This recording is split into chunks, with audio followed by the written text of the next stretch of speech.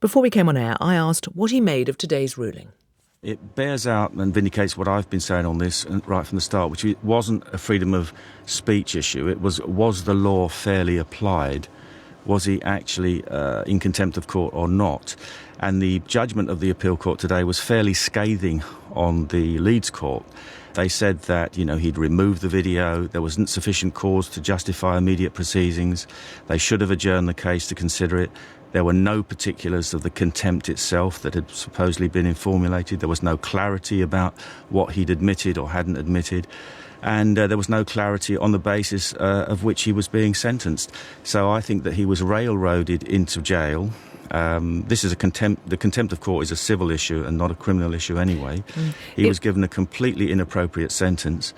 And he spent 2.5 months in solitary confinement with his life in danger from the Islamic gangs who now run many of our prisons. It will, though, be reheard. It was quashed on a technicality. The Attorney General has to make a decision about whether it will be reheard or not, and I think it was a bit more than a technicality. As I said, it was railroaded through. There wasn't just one technical failure, there were a number of things, and also the timescale. The case should have been deferred in order to be considered properly, and yet he was rushed into prison on the basis of a 5-hour timescale. And I think that there was a lot more than just a technicality at stake here. I think it was a deliberate decision to put him away and silence him and give him an inappropriate sentence. So what, you think he was a political prisoner? In a sense, yes. Do you know that he was put in solitary confinement, and do you know why that was? I've been told that he's spent the entire time in solitary confinement, and that was certainly since he's been in Onley prison, and that was because his life was in danger and people were making threats against his life. I haven't spoken to him firsthand, obviously, but that's what I've been told by members of his team who are close to him. And do you seriously believe that our prisons are run by Islamic prisoners? Some are, certainly, and they have. There are people converting to Islam in prisons in order for their own personal safety. That's a well-known fact. I mean, have some prison officers on your show and ask them about it. What role does UKIP see for Tommy Robinson now? Well, he doesn't have a role with us because he's belonged to organisations which are prescribed by UKIP. We've been very, very careful for our entire 26-year history not to have people from the National Front or the BNP. He had a brief liaison with the BNP many years ago, which he says was a mistake, but we have to be very strict on that. And yet you are a huge admirer of him. You've said you've likened him to the suffragettes and Gandhi and Nelson Mandela. They are all now looked on as national and international heroes. Well, what I've said, I didn't make a literal comparison. I said there are people in the past who have broken the criminal law who are now looked on as heroes. Nelson Mandela, for example, was a terrorist who plotted to kill people, and now he's an international hero. Well, Tommy Robinson was never in that league. His crimes are very minor compared to that. Is he more of a saint than Mandela?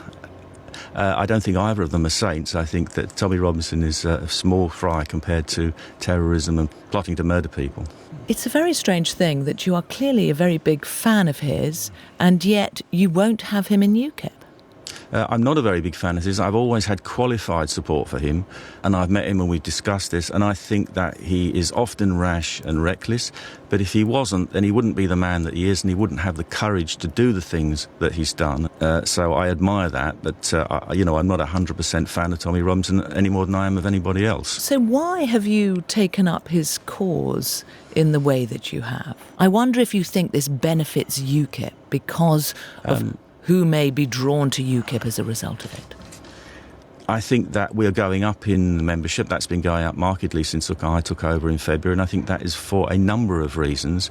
And if people see that we're willing to talk about this issue and we're willing to back people that do talk about it, then that's a good thing. I want them to come and join. So it is latching on to Tommy Robinson for the sake of getting more followers? No, because that sounds cynical, and it's not cynical. If I didn't agree with what Tommy Robinson said, I wouldn't be supporting him in the qualified way that I have. There are lots of other people out there that I don't support because I don't believe in what they're doing. But we've just established that what he's talking about, that this is about contempt of court, that this is about a judicial process rather than freedom of speech.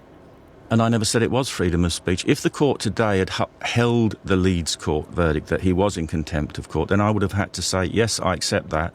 That's the decision of the law, and he was wrong to do it. But they haven't done that. They've quashed it, and they haven't said that he was in contempt of court. Now they say that they've it may put it be off to the retried. later date. They've basically put it off to the later date, and they've told him to steer clear of Leeds court. So I wonder the purpose of your support. It does look cynical. Well, it may do to you, Sarah, but it doesn't look like that to millions of people who are observing what's going on in the country and seeing that UKIP is prepared to support Tommy to a certain extent in that he is saying and doing the right thing. So I think a lot of people won't see it that way. But not enough to have him in your party? He belonged to an organisation that was prescribed, and we are not going to change the rules. OK, so you don't want him in the party, but you want the votes of those who would support him? I want votes from people who believe in what UKIP stands for on a wide range of issues. And is that what Tommy Robinson stands for on a wide range of issues? Well, I don't know whether Tommy Robinson would vote for us. I kind of guess he would in the current climate. Because? But, well, first of all, I've spoken to him and he wants us to get out of the European Union with an unencumbered exit, and that's our prime policy and the thing that we stand for. So there's lots of people going to be voting for us on that basis and joining us because the mess the government is currently making of Brexit. Do you think Tommy Robinson should have a future in politics? Because there will be some people who say, we shouldn't be covering this. You're putting too much focus on an individual who doesn't matter. The last conversation I had with Tommy Robinson was some months ago now. He was talking about setting up an alternative TV channel, and I think that will be a much better use of his talents to actually be a broadcaster and get people onto his show who wouldn't normally be in the mainstream media. So I would see that as a much more positive thing for him to do. Gerard Batten, leader of UKIP.